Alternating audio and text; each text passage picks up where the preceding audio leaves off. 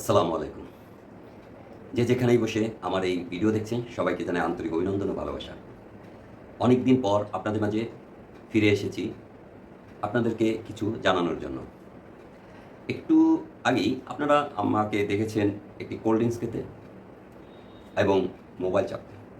আসলে গরমটাও প্রচণ্ড পড়েছে। বুঝতেই পারছেন, উপায় নেই, তাই কোল্ড ড্রিংকস খাচ্ছি। আর অভ্যাস তো আছেই, মোবাইল যখন সময় পাই মোবাইল চাপতে থাকি। যাই হোক, আসল বিষয়টা আসি। আমরা কিন্তু এর খারাপ দিকগুলো জানি, কিন্তু মানি না। আসল বিষয়টাই হচ্ছে এটা। আমরা অনেক কিছুই জানি কিন্তু মানি না। তাহলে আসি আসল কথায়। যেমন আপনারা সাম্প্রতি জানেন যে সারা বিশ্বে বলা যাবে না, কিছু দেশে বেশ প্রচণ্ড আকারে ঠান্ডা আবহাওয়া বিরাজ করছে, আবার বেশিরভাগ স্থানে প্রচণ্ড গরম বিরাজ করছে। কিন্তু প্রচণ্ড গরম যে দেশগুলো পড়েছে, সেই গরমের তাপমাত্রা এত পরিমাণে বৃদ্ধি পেয়েছে, যেখানে বাংলাদেশের মতো স্থানেও 40-45 এমনকি 50 ডিগ্রি সেলসিয়াস ছাড়াতে পারে আবহাওয়াবিদরা বলেছেন আমাদেরকে। যাই হোক, কিন্তু আমরা জানি যে এ ধরনের তাপমাত্রা আমাদের কী ধরনের সমস্যা হতে পারে এবং করণীয় অনেকেই জানি। কিন্তু আসলে কি আমরা সেই সব মানি বা করণীয় যেগুলো করা উচিত সেগুলো কি করছি? তা আমার ব্যাপারটা হচ্ছে এখানেই যে আমরা অনেক কিছু জানি কিন্তু মানি না। যেমন আপনাদের তারপরও বলতেছি যে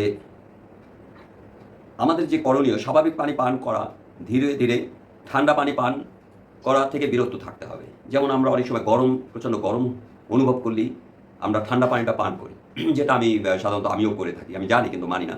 সেক্ষেত্রে অনেক সময় আমার ঠান্ডাও লেগে যায় বা অন্য কারো লাগতে পারে। তাই এর জন্যই আমারও নিজেকে সতর্ক রাখা এবং অন্যকে সতর্ক করা। অনেকে আমরা আবার বরফ পানিও তাড়াতাড়ি ঠান্ডা লাগলে বা গরম মানে অনুভব করলে ঠান্ডা নিজের শরীরকে লাগানোর জন্য আমরা কিন্তু তাড়াতাড়ি সেটা পান করি। এটা ঠিক না, এটা থেকে বিরত থাকতে হবে। এছাড়া আমাদের যে বিষয়গুলো করণীয়, আমরা বাহিরে যদি অনুভব করি প্রচণ্ড গরম, সেক্ষেত্রে আমাদের তাড়াতাড়ি একটি ছায়ায় আশ্রয় নিতে হবে এবং ধীরে কিছু হালকা মানে স্বাভাবিক পানি পান করতে হবে। আমরা দেখা যায় যে অনেক সময় ঘরে এসেই হাত মুখ ধুয়ে ফেলি আসার সাথে সাথে, সেটা করা যাবে না। সেক্ষেত্রে আমাদেরকে যে কাজটি করতে হবে, কিছুক্ষণ বাতাসে বসে শরীরটাকে ঠান্ডা অনুভব রেখে আধা ঘন্টার মতো রেস্টে থেকে তারপরে হাত মুখ ধুয়ে ফেলতে হবে। এছাড়াও আমরা দেখা যায় অল্প অল্প করে বারেই দেখা যায় ঠান্ডা পানিটা পান করি, সেখান থেকে বিরত থাকতে হবে। আপনি পান করবেন কিন্তু খুবই স্বাভাবিক নরমাল পানি। এছাড়া আমরা স্বাভাবিকভাবে শরবত, ডাব, লবণ পানি এগুলো পান করতে পারি, কিন্তু জুস বা কেমিক্যাল জাতীয় খাবারগুলো থেকে আমাদের দূরে থাকতে হবে। প্রচণ্ড গরম ক্লান্তিবোধ অনুভব করলে আপনি সেক্ষেত্রে অবশ্যই ফ্রিজের পানি পান করবেন না।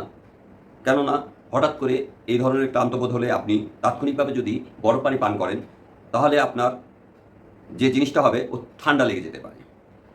শরীরকে প্রশান্তি দেওয়ার জন্য আপনাকে একটু ধীর স্থির হয়ে হয়তো শুয়ে থাকুন বা বসে থাকুন, একটু ঠান্ডা জায়গায় আপনি রেস্ট নিতে পারেন।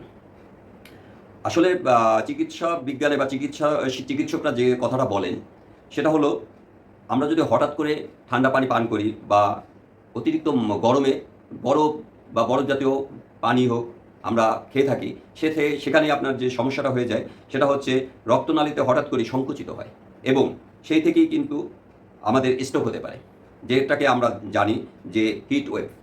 হঠাৎ করেই এই কারণেই আপনার স্ট্রোক হওয়ার সম্ভাবনা থাকে। তো এই কিছু জিনিসগুলো আমাদেরকে পালন করতে হবে। আমরা অবশ্যই সবাই কম বেশি জানি, কিন্তু আমরা এটা মানি না। সেক্ষেত্রে আপনাদেরকে অবশ্যই মনে রাখতে হবে, জানলেই চলবে না, জানার কোনো বিকল্প নেই, জানতে হবে, কিন্তু সাথে সাথে সেটা মানারও চেষ্টা থাকতে হবে। ধন্যবাদ। আজকে এই পর্যন্তই। সবাইকে বলবো এই গরমে যেটুকু পারা যায়, যেটুকু জানবেন ঠিক সেইটুকুই মানার চেষ্টা করবেন। ভালো থাকবেন এবং সবার জন্যই শুভকামনা রইল।